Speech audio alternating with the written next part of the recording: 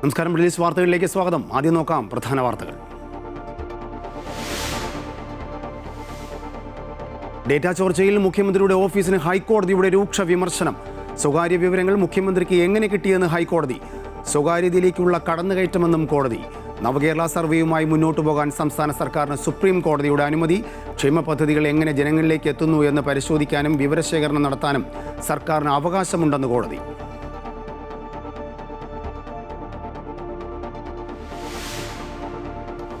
രണ്ടാം പിണറായി സർക്കാരിന്റെ അവസാന നിയമസഭാ സമ്മേളനത്തിന്റെ അവസാന ദിനത്തിലും പ്രതിപക്ഷ പ്രതിഷേധം. ശബരിമല വിഷയത്തിലും തന്ത്രിയുടെ അറസ്റ്റിലും ഭരണ പ്രതിപക്ഷ ഏറ്റുമുട്ടൽ. ചർച്ചകളെ ഭയക്കുന്ന പ്രതിപക്ഷം ലോകത്ത് വേറെയില്ലെന്ന് മുഖ്യമന്ത്രി. ഏകാധിപത്യ ഭരണത്തിന് ജനങ്ങൾ മറുപടി പറയുമെന്ന് പ്രതിപക്ഷം. PSC പ്രായപരിധി കൂട്ടി മന്ത്രിസഭായോഗം. ജനറൽ വിഭാഗത്തിൽ അപേക്ഷിക്കുവാനുള്ള പ്രായപരിധി 40 SC/ST വിഭാഗത്തിൽ പ്രായപരിധി 45 വയസ്സാക്കി.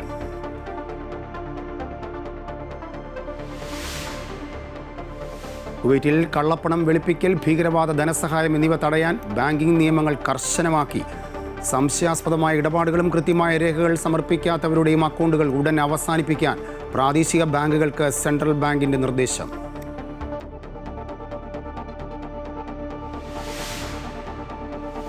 സംസ്ഥാനത്തിന്റെ പേര് കേരള എന്നത് മാറ്റി കേരളം എന്ന് ആക്കുവാനുള്ള ബില്ലിന് കേന്ദ്രമന്ത്രിസഭയുടെ അംഗീകാരം. ബില്ല് രാഷ്ട്രപതി കേരള നിയമസഭയ്ക്ക് അയക്കും. തീരുമാനം പ്രധാനമന്ത്രിയുടെ പുതിയ ഓഫീസായ സേവാതീർത്ഥിൽ നിന്നും ചേർന്ന ആദ്യ ക്യാബിനറ്റ് യോഗത്തിൽ. പശ്ചിമേഷ്യ യുദ്ധഭീതിയിൽ. ഇറാന്റെ മേൽ അമേരിക്കയുടെ സർജിക്കൽ സ്ട്രൈക്കിന് സാധ്യതയെന്ന് സൂചന. ആണവ ചർച്ചകളിൽ വിട്ടുവീഴ്ചയ്ക്ക് തയ്യാറെടുക്കണമെന്ന് ആവർത്തിച്ച അമേരിക്ക. ഇറാനിൽ ഡ്രോണുകളും മിസൈൽ ലോഞ്ചറുകളും അടക്കമുള്ള യുദ്ധോപകരണങ്ങൾ നിരത്തി ഇറാൻ റവല്യൂഷണറി ഗാർഡിന്റെ സൈനികാഭ്യാസം.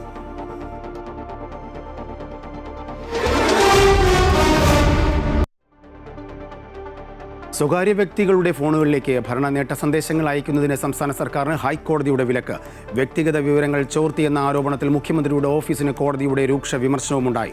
ഡേറ്റാ ചോർത്തൽ കടുത്ത നിയമലംഘനമാണെന്ന് കോടതി നിരീക്ഷിച്ചു. വ്യക്തിയുടെ സ്വകാര്യതയ്ക്ക് സർക്കാർ എന്ത് വിലയാണ് നൽകുന്നതെന്നും കോടതി ചോദിച്ചു. സംസ്ഥാന സർക്കാരിന്റെ നേട്ടങ്ങൾ അറിയിക്കാൻ സർക്കാർ ഉദ്യോഗസ്ഥരുടെ വ്യക്തിഗത വിവരങ്ങളും ഫോൺ നമ്പറുകളും ദുരുപയോഗം ചെയ്തതിനെതിരെയാണ് ജസ്റ്റിസ് ബെച്ചു കുര്യൻ തോമസ് രൂക്ഷ വിമർശനം ഉതിർത്തത്. എനിക്ക് ഇത്തരം സന്ദേശങ്ങൾ കാണാൻ താല്പര്യമില്ലെങ്കിൽ നിങ്ങൾ ബലമായി സന്ദേശമയച്ച് എന്റെ സ്വകാര്യതയിലേക്ക് കടന്നു കയറുമോ എന്നാണ് കോടതി സംസ്ഥാന സർക്കാരിനോട് ചോദിച്ചത്. വ്യക്തിയുടെ സ്വകാര്യതയ്ക്ക് സർക്കാരും മുഖ്യമന്ത്രിയുടെ ഓഫീസും എന്ത് വിലയാണ് കൽപ്പിച്ചിട്ടുള്ളതെന്നും കോടതി ചോദിച്ചു. സർക്കാർ ഉദ്യോഗസ്ഥരുടെ വ്യക്തിഗത ഫോൺ നമ്പറുകളിലേക്ക് DA അനുവദിച്ചതും ശമ്പള പരിഷ്കരണം നടപ്പിലാക്കാൻ ശ്രമിക്കുന്നതും പ്രകീർത്തിച്ചുള്ള വാട്സാപ്പ് സന്ദേശങ്ങൾ മുഖ്യമന്ത്രിയുടെ ഓഫീസിൽ നിന്ന് എന്ന പോലെ അയച്ചത് ചോദ്യം ചെയ്തുള്ള ഹർജിയിലാണ് കോടതിയുടെ വിമർശനം. ഇത്തരം സന്ദേശങ്ങൾ രാഷ്ട്രീയ പ്രചരണത്തിനായി അയക്കുന്നതും കോടതി വിലക്കി. ഇത് സംബന്ധിച്ച നിയമവും സുപ്രീം കോടതി വിധികളും പരിശോധിച്ചില്ലേ എന്നും കോടതി ചോദിച്ചു. ഈ മാസം 27-ന് ഹർജി വീണ്ടും പരിഗണിക്കുമ്പോൾ വ്യക്തിഗത വിവരങ്ങൾ സർക്കാർ സംവിധാനത്തിൽ നിന്നും ചോർന്നതിന് സംസ്ഥാന സർക്കാർ വിശദീകരണം നൽകണം. സ്പാർക്കിൽ നിന്നും ജീവനക്കാരുടെ ഫോൺ നമ്പർ ചോർത്തി ഇത്തരത്തിലുള്ള മെസ്സേജുകൾ അയക്കുകയാണെന്നാണ് ഉദ്യോഗസ്ഥരുടെ പരാതി. അമൃത ന്യൂസ്, കൊച്ചി. ഡേറ്റാ ചോർത്തൽ വിഷയത്തിൽ മുഖ്യമന്ത്രിയുടെ ഓഫീസിലുള്ളവരെ പ്രതിയാക്കി കേസെടുത്ത് അന്വേഷണം നടത്തണമെന്ന് പ്രതിപക്ഷ നേതാവ് VD സതീശൻ. ഡേറ്റ ചോർത്തിയതിൽ മുഖ്യമന്ത്രിക്കും CPM നേതൃത്വത്തിനും പങ്കുണ്ട്. സ്ഥാനാർത്ഥികളെ കണ്ടെത്താൻ ഡേറ്റ ഉപയോഗിച്ച് കോൺഗ്രസ് ഒരു സർവേയും നടത്തുന്നില്ല. കോൺഗ്രസ് ഡേറ്റ ചോർത്തിയിട്ടുണ്ടെങ്കിൽ കേസ് എടുക്കട്ടെയെന്നും VD സതീശൻ പറഞ്ഞു. പിണറായി സർക്കാരിന് ആശ്വാസം. നവകേരള സർവേയുമായി ബന്ധപ്പെട്ട ഹൈക്കോടതിയുടെ സ്റ്റേ ഉത്തരവ് സുപ്രീം കോടതി സ്റ്റേ ചെയ്തു. ക്ഷേമ പദ്ധതികൾ എങ്ങനെ ജനങ്ങളിലേക്ക് എത്തുന്നു എന്ന് പരിശോധിക്കുവാനും വിവരശേഖരണം നടത്തുവാനും സർക്കാരിന് അവകാശമുണ്ടെന്ന് കോടതി നിരീക്ഷിച്ചു. സർക്കാരിന് വേണ്ടി മുതിർന്ന അഭിഭാഷകൻ കപിൽ സിബലാണ് ഹാജരായത്. കേസിൽ കോടതി എതിർകക്ഷികൾക്ക് നോട്ടീസ് അയച്ചു. ക്ഷേമ പദ്ധതികൾക്കായി കോടികൾ ചെലവഴിക്കുമ്പോൾ അത് ജനങ്ങൾക്ക് എത്രത്തോളം പ്രയോജനപ്രദമായി എന്നതിൽ വിവരശേഖരണം നടത്തുന്നതിൽ എന്താണ് തെറ്റെന്ന് സുപ്രീം കോടതി ചോദിച്ചു. Chief justice Suryakant, justice Joymalya Bagchi എന്നിവരടങ്ങിയ ബെഞ്ചാണ് കേസിൽ വിധി പ്രഖ്യാപിച്ചത്. തെരഞ്ഞെടുപ്പ് അടുത്തിരിക്കുന്ന ഘട്ടത്തിൽ സർക്കാർ പണം ഉപയോഗിച്ച് രാഷ്ട്രീയ നീക്കമാണ് നടത്തുന്നതെന്ന് ആരോപിച്ച് KSU നേതാക്കളാണ് നേരത്തെ ഹൈക്കോടതിയെ സമീപിച്ചത്. ഇതേ തുടർന്നാണ് ഹൈക്കോടതി സർവേ തടഞ്ഞത്. എന്നാൽ ഈ വാദങ്ങൾ തള്ളിയ സുപ്രീം കോടതി ഭരണഘടനാപരമായ അവകാശങ്ങൾ ഉയർത്തിപ്പിടിച്ചാണ് സർക്കാരിന് സർവേയുമായി മുന്നോട്ടു പോകാൻ അനുമതി നൽകിയത്.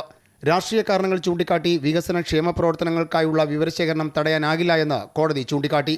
സർവേക്ക് 20 കോടി രൂപയുടെ ചെലവ് സംബന്ധിച്ച് സംസ്ഥാനം റിപ്പോർട്ട് സമർപ്പിക്കണമെന്നും കോടതി ആവശ്യപ്പെട്ടു. സർവേകളെക്കുറിച്ച് രാഷ്ട്രീയ നേതാക്കൾ എന്തു പറയുന്നു എന്ന് കോടതിയെ ബാധിക്കുന്ന കാര്യമല്ല എന്നും ഭരണപരമായ കാര്യങ്ങളിൽ ഇടപെടാൻ സർക്കാരിന് അധികാരമുണ്ടെന്നും കോടതി വ്യക്തമാക്കി. പദ്ധതികൾ മെച്ചപ്പെടുത്താൻ സംസ്ഥാനങ്ങൾക്ക് ഇത്തരം പരിശോധനകൾ നടത്താമെന്നും സുപ്രീം കോടതി നിരീക്ഷിച്ചു. ഇനി കേസ് ഏപ്രിൽ 13 പരിഗണിക്കും. News desk Amrita news. Kerala മാറ്റി കേരളം ആക്കുവാനുള്ള ബില്ലിന് കേന്ദ്ര മന്ത്രിസഭയുടെ അംഗീകാരം. ഭരണഘടനയിൽ കേരളയ്ക്ക് പകരം കേരളം എന്ന് നിർദ്ദേശിക്കുന്ന ബില്ലാണ് അംഗീകരിച്ചത്. ഭരണഘടനാ ഭേദഗതി ബിൽ ബജറ്റ് സമ്മേളനത്തിന്റെ 2ാം ഘട്ടത്തിൽ അവതരിപ്പിക്കാനാണ് സാധ്യത. കേരളം മാറി ഇനി മുതൽ കേരളമെന്ന് ഭരണഘടനാ തലത്തിൽ അറിയപ്പെടും. സംസ്ഥാനത്തിന്റെ പേര് കേരളമെന്നാക്കണമെന്ന ആവശ്യം കേന്ദ്ര സർക്കാർ അംഗീകരിച്ചു. ഇതിനുവേണ്ടി പാർലമെന്റിൽ അവതരിപ്പിച്ച ബില്ലിന് കേന്ദ്ര മന്ത്രിസഭായോഗം അംഗീകാരം നൽകി. പ്രധാനമന്ത്രിയുടെ പുതിയ ഓഫീസായ സേവാതീർത്തിൽ ചേർന്ന ആദ്യ ക്യാബിനറ്റ് യോഗത്തിലാണ് കേരള മാറി കേരളമാക്കുവാനുള്ള തീരുമാനം ഉണ്ടായത്. സേവാതീർത്തിലെ ആദ്യ തീരുമാനം എന്ന പേരിലും ഇത് ചരിത്രത്തിൽ ഇടം പിടിക്കും. ഈ കേരള का नाम केरलम होना चाहिए, जो कि मलयालम भाषा में केरलम कहा जाता है, इसलिए इसका नाम केरलम होना चाहिए. ये बड़े लंबे टाइम से डिमांड रही है. इस डिमांड को आज यूनियन कैबिनेट ने अप्रूवल दिया. ഭരണഘടനാ ഭേദഗതി ബിൽ ബഡ്ജറ്റ് സമ്മേളനത്തിൽ 2ാം ഘട്ടത്തിൽ അവതരിപ്പിക്കാനാണ് സാധ്യത. കേരള എന്ന് ഇംഗ്ലീഷിലും കേരൾ എന്ന് ഹിന്ദിയിലും ഉപയോഗിക്കുന്നത് ഒഴിവാക്കി സംസ്ഥാനത്തിന്റെ പേര് കേരളം എന്നാക്കണമെന്ന് നേരത്തെ നിയമസഭ ഒറ്റക്കെട്ടായി പ്രമേയത്തിലൂടെ ആവശ്യപ്പെട്ടിരുന്നു. സംസ്ഥാനത്തിന്റെ പേര് ഭരണഘടനയുടെ 1ാം പട്ടികയിൽ കേരള എന്നാണ് രേഖപ്പെടുത്തിയിട്ടുള്ളത്. ഇത് കേരളം എന്നാക്കി ഭേദഗതി ചെയ്യണമെന്നായിരുന്നു സംസ്ഥാനത്തിന്റെ ആവശ്യം. ഇതിനു വേണ്ടിയിട്ടുള്ള അടിയന്തര നടപടികൾ ഭരണഘടനയുടെ അനുച്ഛേദം 3 പ്രകാരം കൈക്കൊള്ളണമെന്നാവശ്യപ്പെട്ട് 2024 ജൂണിൽ കേരള നിയമസഭ പ്രമേയം പാസാക്കിയിരുന്നു. ഈ ആവശ്യമാണ് കേന്ദ്ര മന്ത്രിസഭയുടെ പരിഗണനയ്ക്ക് വന്നത്. 2023 ഓഗസ്റ്റിലും ഇതേ ആവശ്യം ഉന്നയിച്ച് കേരള നിയമസഭ പ്രമേയം പാസാക്കിയിരുന്നു. എന്നാൽ ചില സാങ്കേതിക പ്രശ്നങ്ങൾ ചൂണ്ടിക്കാട്ടി കേന്ദ്രം അന്ന് അത് പരിഗണിച്ചില്ല. ഭരണഘടനയുടെ 1ാം പട്ടികയിലും 8ാം പട്ടികയിലും മാറ്റം ആവശ്യപ്പെട്ടായിരുന്നു ആദ്യ പ്രമേയം. എന്നാൽ 1ാം പട്ടികയിൽ മാത്രം മാറ്റം വരുത്തിയാൽ മതിയെന്നായിരുന്നു കേന്ദ്രത്തിന്റെ നിർദ്ദേശം. ഇതനുസരിച്ചാണ് പരിഷ്കരിച്ച പ്രമേയം നിയമസഭ പാസാക്കി കേന്ദ്രത്തിന് വീണ്ടും അയച്ചത്. ഇക്കാര്യം അഭ്യർത്ഥിച്ച് BJP സംസ്ഥാന അധ്യക്ഷൻ രാജീവ് ചന്ദ്രശേഖറും അടുത്തിടെ പ്രധാനമന്ത്രിക്ക് കത്തയച്ചിരുന്നു. News desk Amrita news. 2ാം പിണറായി സർക്കാരിന്റെ അവസാന നിയമസഭാ സമ്മേളനത്തിലെ അവസാന ദിനത്തിലും പ്രതിപക്ഷ പ്രതിഷേധവും ബഹിഷ്കരണവും. ശബരിമല വിഷയത്തിലും തന്ത്രിയുടെ അറസ്റ്റിലും ഭരണ പ്രതിപക്ഷ ഏറ്റുമുട്ടലുണ്ടായി. സഭാ സമ്മേളനം അവസാനിപ്പിച്ചുകൊണ്ടുള്ള പ്രമേയത്തിൽ പ്രതിപക്ഷത്തെ കടന്നാക്രമിച്ച് മുഖ്യമന്ത്രി രംഗത്ത് വന്നു.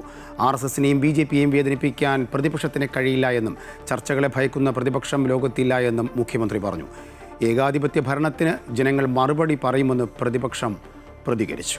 പ്രതിപക്ഷത്തിന്റെ അഭാവത്തിൽ സുപ്രധാന ബില്ലുകൾ പാസാക്കി നിയമസഭ വേഗത്തിൽ പിരിഞ്ഞു. മറ്റൊരു നിയമസഭാ തെരഞ്ഞെടുപ്പിനെ നേരിടാനൊരുങ്ങുന്ന ഭരണ പ്രതിപക്ഷം സമ്മേളിച്ച അവസാന സഭാ ദിനം. 15ാം കേരള നിയമസഭയുടെ 16ാം സമ്മേളനത്തിന്റെ അവസാന ദിനവും നടുത്തളത്തിലിറങ്ങിയ പ്രതിഷേധം. ശബരിമലയും തന്ത്രിയുടെ അറസ്റ്റും ഉയർത്തിയ മുദ്രാവാക്യങ്ങൾ മുഴങ്ങിക്കേട്ടു. പ്രതിപക്ഷ നേതാവിന്റെ അഭാവത്തിൽ K. ബാബുവാണ് പ്രതിപക്ഷ നിരയെ നയിച്ചത്. തന്ത്രിയുടെ അറസ്റ്റിൽ ജനങ്ങളോട് സർക്കാരിന് മറുപടി പറയേണ്ടി വരുമെന്ന് ആവർത്തിച്ചു. സാർ, ഈ തന്ത്രിക്ക് പ്രത്യേക പരിഗണന വേണമെന്ന് ഞങ്ങൾ പറഞ്ഞതല്ല. കോടതി അദ്ദേഹത്തെ സ്വാഭാവിക ജാമ്യത്തിൽ വിട്ടപ്പോ ആ കാര്യം കോടതി പറഞ്ഞ കാര്യം ഞങ്ങൾ പരാമർശിച്ചു, അത്രയേ ഉള്ളൂ സാർ.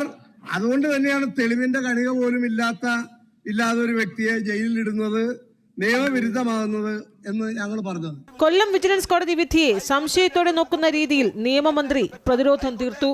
പക്ഷെ ഇതുവരെ ഹൈക്കോടതി ഡിവിഷൻ എന്ന് പറയുന്നു ഏറ്റവും ശരിയായ അന്വേഷണം ഏറ്റവും ശരിയായ രൂപത്തിൽ പോകുന്നു. മറ്റൊരു പണിയുമില്ലാത്തതിനാൽ പ്രതിപക്ഷം എന്നും രാവിലെ നടുത്തളത്തിൽ വന്ന് കുത്തിയിരിക്കുന്നതായി പാർലമെന്ററി കാര്യമന്ത്രിയുടെ പരിഹാസം. പ്രതിപക്ഷം എങ്ങനെയെങ്കിലും ഈ സഭയൊന്ന് തീർന്നു കിട്ടിയാൽ മതി, ഇവിടെ നിന്ന് രക്ഷപ്പെട്ട് കിട്ടിയാൽ മതി എന്ന മാനസികാവസ്ഥയിലാണ്. ചോദ്യോത്തരവേള റദ്ദാക്കി മറ്റ് നടപടിക്രമങ്ങൾ വേഗത്തിലാക്കി. അപ്പോഴേക്കും സഭ ബഹിഷ്കരിച്ച് പ്രതിപക്ഷം പുറത്തുവന്നു. തുടർച്ചയായി നടന്ന എല്ലാ തെരഞ്ഞെടുപ്പുകളിലും വലിയ തോതിൽ പരാജയപ്പെട്ട ഒരു ഗവൺമെന്റിന് യഥാർത്ഥത്തിൽ ധാർമ്മികമായി അധികാരത്തിലിരിക്കാനുള്ള അവകാശം പോലും ഇല്ലാത്ത ഒരു ഗവൺമെന്റാണ്. പ്രതിപക്ഷത്തിന്റെ അഭാവത്തിൽ നേറ്റിവിറ്റി കാർഡ് ഉൾപ്പെടെയുള്ള സുപ്രധാന ബില്ലുകൾ സഭ പാസാക്കി. ഇതിനിടെ ഗവർണർ വായിച്ച നയപ്രഖ്യാപനം ഔദ്യോഗികമായി അംഗീകരിക്കണമെന്ന കത്ത് സ്പീക്കർ സഭയെ അറിയിച്ചു. എന്നാൽ മന്ത്രിസഭ അംഗീകരിച്ച നയപ്രഖ്യാപനം മാത്രമേ അംഗീകരിക്കുകയുള്ളൂ എന്ന കീഴ്വഴക്കം മുഖ്യമന്ത്രി ചൂണ്ടിക്കാട്ടി. സഭാ നടപടികൾ അവസാനിപ്പിച്ചുകൊണ്ടുള്ള പ്രമേയം അവതരിപ്പിക്കവേ പ്രതിപക്ഷത്തെ കടന്നാക്രമിക്കുകയായിരുന്നു മുഖ്യമന്ത്രി. ചർച്ചയെ ഭയപ്പെടുന്ന ഒരു പ്രതിപക്ഷം. സർ, ഇവർ വസ്തുതകളെ ഭയപ്പെടുകയല്ലേ? കേരളത്തിൻ്റെ പൊതുവായ കാര്യങ്ങൾ ഭയപ്പെടുകയല്ലേ? സർക്കാർ ഇതേവരെ ചെയ്ത കാര്യങ്ങൾ ഭയപ്പെടുകയല്ലേ?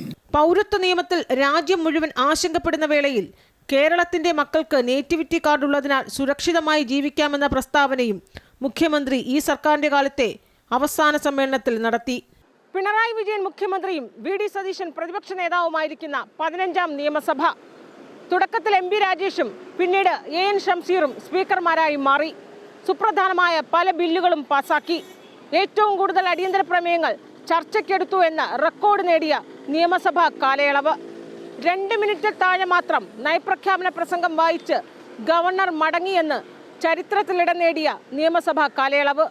അങ്ങനെ ഒട്ടേറെ പ്രത്യേകതകൾ നിറഞ്ഞ 15ാം കേരള നിയമസഭ ഇവിടെ ചരിത്രമായി മാറുകയാണ്. സഭാ കവാടത്തിന് മുന്നിൽ നിന്ന് അൻഫിലി ഡിസൂസ, അമൃത ന്യൂസ്. ശബരിമലയിൽ ഇനി എന്തെങ്കിലും ബാക്കിയുണ്ടോ എന്ന ചോദ്യവുമായി സുപ്രീം കോടതി. ശബരിമല സ്വർണ്ണക്കൊള്ള കേസിലെ അറസ്റ്റിനെതിരെ smart creation CEO Pankaj Bhandari നൽകിയ ഹർജി പരിഗണിക്കവെയാണ് സുപ്രീം കോടതിയുടെ ചോദ്യം. ജസ്റ്റിസുമാരായ ദീപാങ്കർ ദത്തയും സതീഷ് ചന്ദ്ര ശർമ്മയും അടങ്ങിയ ബെഞ്ചാണ് സ്വർണ്ണക്കൊള്ളയ്ക്കെതിരെ നിർണായക പരാമർശം നടത്തിയത്. പങ്കജ് ഭണ്ഡാരിയുടെ ഹർജി പരിഗണിക്കുന്നത് സുപ്രീം കോടതി മാർച്ചിലേക്ക് മാറ്റി. PSC ഉദ്യോഗാർത്ഥികൾക്ക് സംസ്ഥാന സർക്കാർ പ്രായപരിധി നീട്ടി 36 വയസ്സെന്നത് 40 ആക്കി. പട്ടികജാതി പട്ടികവർഗ്ഗക്കാർക്ക് പ്രായപരിധി 45 വയസ്സാണ്. തീരുമാനം പ്രത്യേക മന്ത്രിസഭാ യോഗത്തിൻ്റെതാണ്. ഈ സുപ്രധാന തീരുമാനം തെരഞ്ഞെടുപ്പിന് തൊട്ടു മുമ്പ് ആക്കി എന്നുള്ളതാണ് ഏറ്റവും ശ്രദ്ധേയം. JB കോശി കമ്മീഷൻ റിപ്പോർട്ട് മന്ത്രിസഭ അംഗീകരിച്ചു. റിപ്പോർട്ട് ഔദ്യോഗികമായി പുറത്തിറക്കും. ശബരിമല സ്വർണ്ണ കവർച്ച കേസിൽ ദേവസ്വം ബോർഡ് മുൻ പ്രസിഡന്റും CPM നേതാവുമായ A. പത്മകുമാറിനെ വീണ്ടും റിമാൻഡ് ചെയ്തു. ദ്വാരപാലക കേസിലാണ് കൊല്ലം വിജിലൻസ് കോടതി 14 ദിവസത്തേക്ക് റിമാൻഡ് ചെയ്തത്. കട്ടിളപ്പാളി കേസിൽ പത്മകുമാറിന് സ്വാഭാവിക ജാമ്യം ലഭിച്ചിരുന്നു. അതേസമയം ദേവസ്വം ബോർഡ് മുൻ അംഗം N. വിജയകുമാറിന്റെ ജാമ്യ ഹർജി നാളെ വിജിലൻസ് കോടതി പരിഗണിക്കും. പത്തനംതിട്ടയും മലപ്പുറവും ഉൾപ്പെടുത്തി അതിവേഗ റെയിൽവേ പദ്ധതി പരിഷ്കരിച്ച് E. ശ്രീധരൻ. നേരത്തെ പ്രഖ്യാപിച്ച 1 ലക്ഷം കോടി രൂപ ചിലവ് 56,500 കോടിയായി കുറയും. പദ്ധതി പൂർത്തിയായാൽ ചുരുങ്ങിയ നിരക്കിൽ 5 ലക്ഷം പേർക്ക് വരെ പ്രതിദിനം യാത്ര ചെയ്യാനാകുമെന്നും ശ്രീധരൻ പറഞ്ഞു. കേരള സ്റ്റോറി സിനിമയുടെ ടീസർ കേരളത്തെ അപമാനിക്കുന്നതാണോ എന്ന് പരിശോധിക്കാൻ ഹൈക്കോടതി രംഗത്ത് വരുന്നു. നാളെ കൊച്ചിയിൽ പ്രദർശനം ഒരുക്കിയാൽ കാണാൻ തയ്യാറെന്ന് കോടതി വ്യക്തമാക്കുന്നു. ടീസർ പിൻവലിക്കാൻ തയ്യാറാണെന്ന് സിനിമയുടെ നിർമ്മാതാവും സംവിധായകനും കോടതിയെ അറിയിച്ചു. മുഖ്യമന്ത്രി പിണറായി വിജയനുമായി മലയാളത്തിൻ്റെ മഹാനടൻ മോഹൻലാൽ നടത്തിയ അഭിമുഖത്തിൻ്റെ ടീസർ പുറത്തിറങ്ങി. 1.15 മിനിറ്റ് ദൈർഘ്യമുള്ള ടീസറാണ് പുറത്തുവിട്ടിരിക്കുന്നത്. കണ്ടും മിണ്ടിയും ഇരുവർ ജനങ്ങളെ നെഞ്ചിലേറ്റിയ 2 പേർ എന്ന ടാഗ് ലൈനോടെയാണ് ഈ അഭിമുഖം പുറത്തുവരുന്നത്.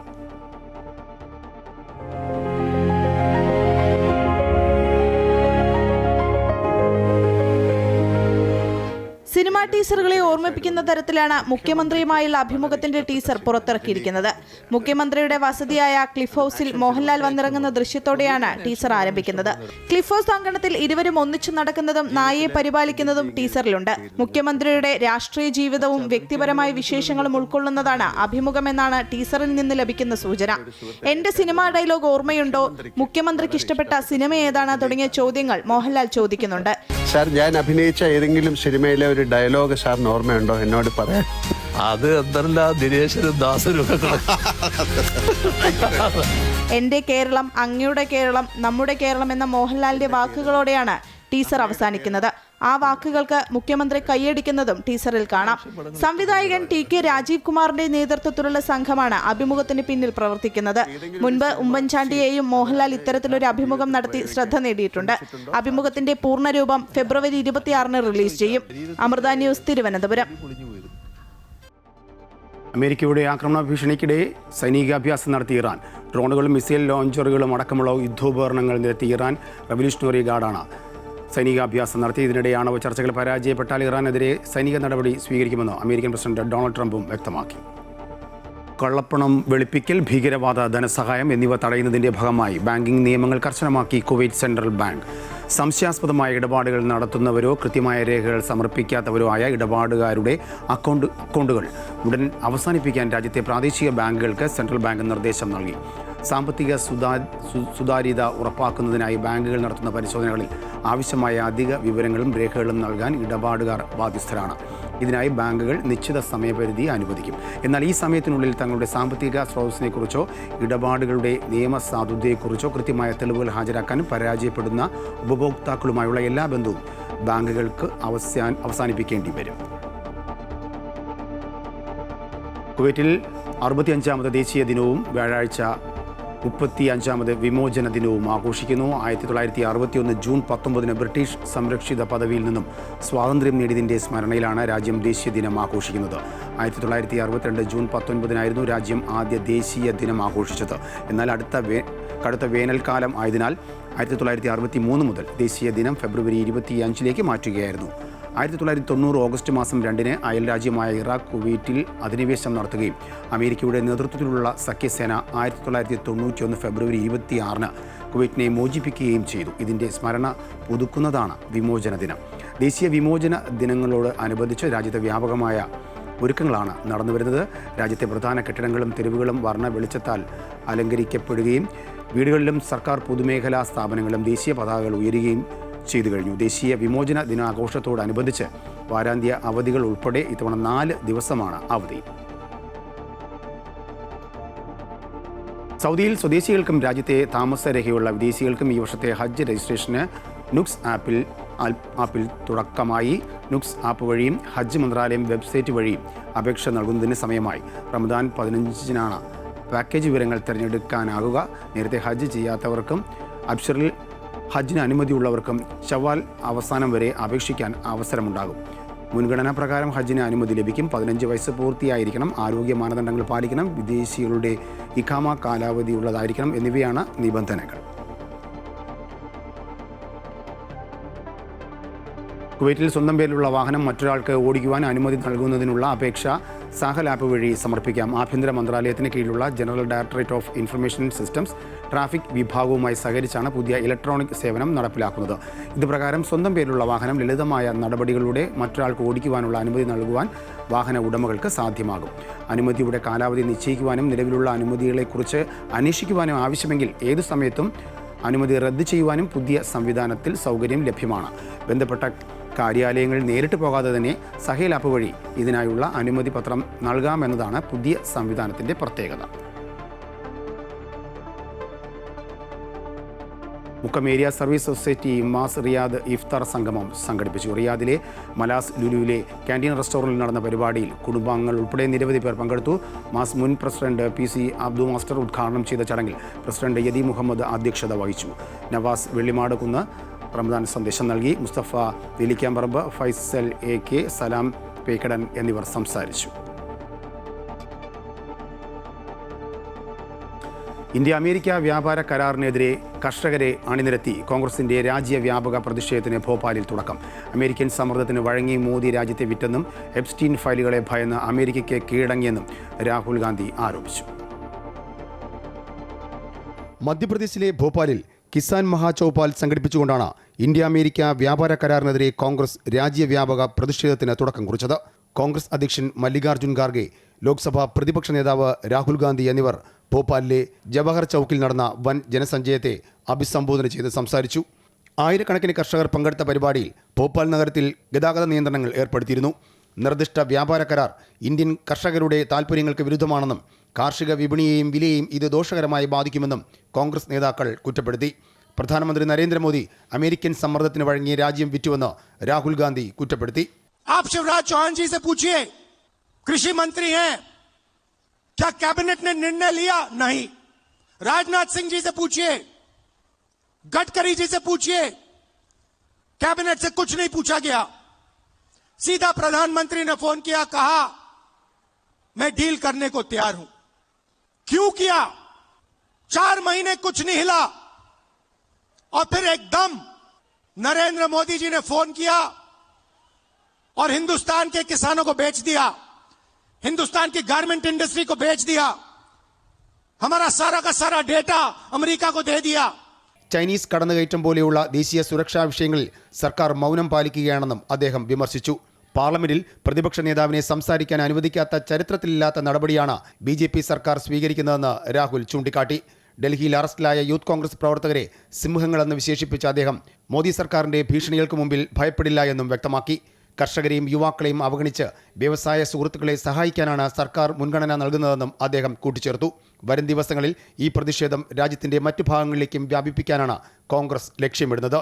മധ്യപ്രദേശ് നിയമസഭയുടെ ബജറ്റ് സമ്മേളനം നടന്നുവരുന്ന സാഹചര്യത്തിൽ ഭോപ്പാലിൽ നടന്ന ഈ ശക്തി പ്രകടനം വലിയ രാഷ്ട്രീയ പ്രാധാന്യമുള്ളതാണ്. News desk Amrita news.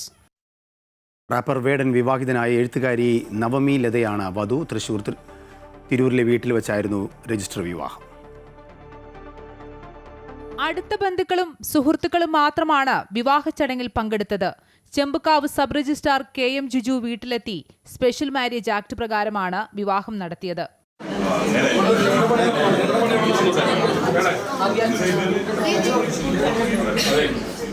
ഭരണഘടനയെ സാക്ഷിയാക്കിയാണ് തങ്ങൾ വിവാഹിതരായതെന്നും ഭാവിയിൽ തങ്ങളുടെ മക്കൾക്കും അത് ഉപകരിക്കുമെന്ന് പ്രതീക്ഷിക്കുന്നുവെന്നും വേടൻ വിവാഹശേഷം പറഞ്ഞു.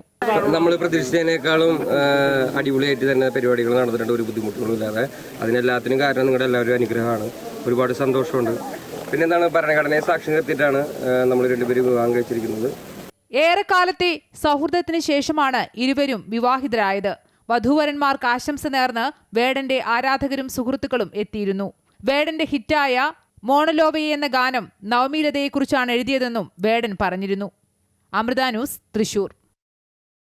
കോഴിക്കോട് വലിയങ്ങാടിയിൽ 4 പേരുടെ മരണത്തിന് ഇടയാക്കിയ കെട്ടിടവുമായി ബന്ധപ്പെട്ട വിവാദങ്ങൾ പുകയുന്നതിനിടയിൽ വിചിത്രവാദവുമായി കോഴിക്കോട് കോർപ്പറേഷൻ പരിധിയിലെ കാലപ്പഴക്കം ചെന്ന 16 കെട്ടിടങ്ങളിൽ ഒന്നാണ് കഴിഞ്ഞ ദിവസം തകർന്നത്. കാലപ്പഴക്കം കാരണം കെട്ടിടങ്ങൾ പുതുക്കി പണിയാൻ തീരുമാനിച്ചിട്ടുണ്ട് എങ്കിലും അതിൻ്റെ നടപടിക്രമങ്ങളുടെ കാലതാമസമാണ് കെട്ടിടം പൊളിക്കുന്നതിന് തടസ്സമായി കോർപ്പറേഷൻ ചൂണ്ടിക്കാണിക്കുന്നത്.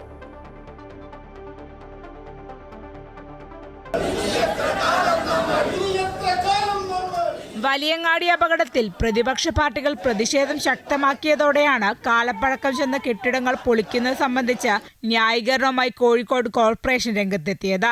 കോർപ്പറേഷൻ പരിധിയിലെ കാലപ്പഴക്കം ചെന്ന 16 കെട്ടിടങ്ങളുണ്ടെന്നും ഈ കെട്ടിടങ്ങൾ പുതുക്കി പണിയാൻ DPR തയ്യാറാക്കിയിട്ടുണ്ടെന്നുമാണ് മേയർ വിശദീകരിക്കുന്നത്. കോഴിക്കോട് വലിയങ്ങാടിയിലെ അപകടം നടന്ന പഴയ പാസ്പോർട്ട് ഓഫീസ് പുതുക്കി പണിയാൻ തീരുമാനിച്ച 16 കെട്ടിടങ്ങളിലൊന്നാണ്. കെട്ടിടം അപകടാവസ്ഥയിലാണെന്നും ഫിറ്റ്നസ് ഇല്ലെന്നും ഒഴിയണമെന്നും ചൂണ്ടിക്കാട്ടി 25/9/2024 കോർപ്പറേഷൻ വീണ്ടും നോട്ടീസ് നൽകിയിരുന്നു. എന്നാൽ ഇവിടെ നിന്നും പഴയ കടക്കാരെ കർശനമായി ഒഴിപ്പിക്കാൻ കോർപ്പറേഷൻ തയ്യാറായില്ല. അപകടാവസ്ഥയിലുള്ള ഇത്തരം കെട്ടിടങ്ങളിൽ പുതിയതായി ലൈസൻസ് നൽകിയില്ലെന്ന് കോർപ്പറേഷൻ അവകാശപ്പെടുമ്പോഴും പഴയ കടക്കാരെ ഒഴിപ്പിക്കുന്നതിലെ കാലതാമസമാണ് അപകടം ക്ഷണിച്ചു വരുത്തിയതെന്ന് ചുരുക്കം. പുതിയതായി ആർക്കും ലൈസൻസ് നൽകിയിട്ടില്ലെങ്കിലും പഴയ കടക്കാർക്ക് ലൈസൻസ് പുതുക്കി നൽകിയിട്ടുമുണ്ട്. മരാമത്ത് വകുപ്പ്, ധനകാര്യ വകുപ്പ്, കൗൺസിൽ യോഗ അംഗീകാരം, കടക്കാർ നിയമപ്രശ്നങ്ങളിലേക്ക് നീങ്ങുമ്പോഴുള്ള വെല്ലുവിളികൾ, ഇങ്ങനെ പല കടമ്പകൾ കടന്നു വേണം ജീർണാവസ്ഥയിലുള്ള ഒരു കെട്ടിടം പൊളിക്കാൻ. 4 പേരുടെ ജീവൻ പൊലിയേണ്ടി വന്നു. ഇത്തരം കെട്ടിടങ്ങൾ ജനങ്ങളുടെ ജീവന് ഭീഷണിയാണെന്ന് കോർപ്പറേഷന് ബോധ്യമാകാൻ. ഈ 4 ജീവനുകൾക്ക് മറുപടി പറയേണ്ടത് ഈ കോഴിക്കോട്ടെ നിലവിലുള്ള ഭരണസമിതിയും കഴിഞ്ഞ കൗൺസിലും ഒക്കെ തന്നെയാണ്. എന്തുകൊണ്ട് ഈ അനാസ്ഥ? തൽപര കക്ഷികൾക്ക് വേണ്ടിയാണ് ഇവർ ഈ കെട്ടിടം പൊളിക്കുന്നത് വരെ ആ രീതിയിലുള്ള തെരഞ്ഞെടുപ്പാണ്. ഇതൊന്നും ജനം ഒരു തരത്തിലും പൊറുക്കില്ല എന്നാണ്. വലിയങ്ങാടി അപകടം കോർപ്പറേഷൻ അന്വേഷിക്കുമെന്നും പൊളിച്ചു മാറ്റേണ്ട കെട്ടിടങ്ങൾ സംബന്ധിച്ച് റിപ്പോർട്ട് തേടിയിട്ടുണ്ടെന്നും കോർപ്പറേഷൻ മേയർ O. സദാശിവൻ പറഞ്ഞു. സെക്രട്ടറിക്ക് നിർദ്ദേശം കൊടുത്തു. കോർപ്പറേഷൻ്റെതായ കെട്ടിടങ്ങൾ, ബലക്ഷയമുള്ള കെട്ടിടങ്ങൾ അടിയന്തരമായി പരിശോധിച്ച് ഇത്തരം ബുദ്ധിമുട്ടുകൾ അല്ലെങ്കിൽ ബലക്ഷയം ഉള്ളത് കണ്ടെത്തിക്കൊണ്ട് നടപടി സ്വീകരിക്കാൻ കഴിയണം. അതിനാവശ്യമായ റിപ്പോർട്ട് നൽകുന്നതിന് വേണ്ടി ഇന്നലെ തീരുമാനമെടുത്തിട്ടുണ്ട്. ഓരോന്നും പൊളിച്ചു മാറ്റേണ്ട മുറയ്ക്ക് മാത്രം ഒഴിപ്പിക്കുക എന്നതാണ് പൊതുസമീപനമെന്ന് ഡെപ്യൂട്ടി മേയർ ജയശ്രീ പറഞ്ഞു. കാലപ്പഴക്കം ചെന്ന ബിൽഡിങ്ങുകൾ ഇൻസ്പെക്ട് ചെയ്തിട്ട് അത് അൺഫിറ്റ് ആണ് എന്ന് മരാമത്ത് വകുപ്പ് വഴി ധനകാര്യ കമ്മിറ്റി വഴി കൗൺസിൽ അപ്രൂവ് ചെയ്യുമ്പോഴാണ് അതിന് അപ്രൂവലായിട്ട് വരുന്നത്. ആ പ്രോസസ്സ് നടന്നുകൊണ്ടിരിക്കുന്നുണ്ട്. അപകടത്തിന് പിന്നാലെ പഴയ പാസ്പോർട്ട് ഓഫീസ് കെട്ടിടത്തിലെ 5 കടമുറികൾ ഒഴിയാൻ നോട്ടീസ് പതിച്ചു. കടമുറിയിലെ സാധനങ്ങൾ മാറ്റി മുറി ഒഴിഞ്ഞ ശേഷം രേഖാമൂലം കോർപ്പറേഷനെ അറിയിക്കണമെന്നാണ് നോട്ടീസിൽ പറയുന്നത്. അപകടത്തിൽ മരിച്ചവർക്ക് 1 ലക്ഷം രൂപയും പരിക്കേറ്റയാൾക്ക് 50,000 രൂപയും മേയർ ഫണ്ടിൽ നിന്നും അടിയന്തര ധനസഹായം നൽകും. അതേസമയം ഇത്തരം കെട്ടിടങ്ങൾ പൊളിച്ചു മാറ്റാൻ അടിയന്തര നടപടി ആവശ്യപ്പെട്ട് BJP ഉൾപ്പെടെ പ്രക്ഷോഭത്തിലാണ്. അമൃത ന്യൂസ്, കോഴിക്കോട്. വിദേശ പഠനം സ്വപ്നം കാണുന്ന വിദ്യാർത്ഥികൾക്ക് മെച്ചപ്പെട്ട കോഴ്സുകൾ തിരഞ്ഞെടുക്കാൻ മാർഗനിർദ്ദേശങ്ങളുമായി സ്റ്റഡി അബ്രോഡ് എക്സ്പോ നടന്നു. ഹാർവെസ്റ്റ് അബ്രോഡ് സ്റ്റഡീസും അമൃത ടിവിയും ചേർന്ന് സംഘടിപ്പിച്ച എക്സ്പോയിൽ നിരവധി വിദ്യാർത്ഥികൾ പങ്കെടുത്തു. UK, Canada, Australia, New Zealand, Europe ഉൾപ്പെടെ 60-ൽ പരം രാജ്യങ്ങളിലെ 10,000-ലധികം പ്രമുഖ സർവകലാശാലകളിൽ നിന്നും മെച്ചപ്പെട്ട കോഴ്സ് തിരഞ്ഞെടുക്കുന്നതിനുള്ള മാർഗ്ഗനിർദ്ദേശങ്ങളാണ് സ്റ്റഡി അബ്രോഡ് എക്സ്പോ നൽകിയത്. കൊച്ചി വൈറ്റ്ലിയിലെ അമൃത TV സ്റ്റുഡിയോ കോംപ്ലക്സിൽ നടന്ന പരിപാടിയിൽ RJയും എഴുത്തുകാരനുമായ ജോസഫ് അന്നംകുട്ടി ജോസ് മുഖ്യാതിഥിയായി. Harvest abroad studies private limited managing director Avinash Chacko Koshy എക്സ്പോയിൽ സംസാരിച്ചു. പൈസ ഇല്ലാത്തടത്ത് കഥ പറഞ്ഞിട്ടൊന്നും ഒരു കാര്യമില്ല.